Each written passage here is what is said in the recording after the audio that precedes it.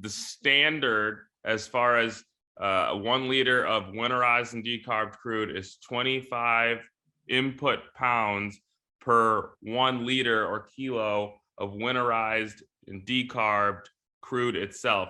That's the one thing, guys, is treat it as a commodity. It is a commodity.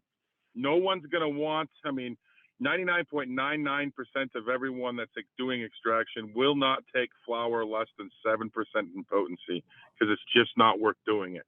At 7%, you're about 33 pounds of biomass into a single liter of crude.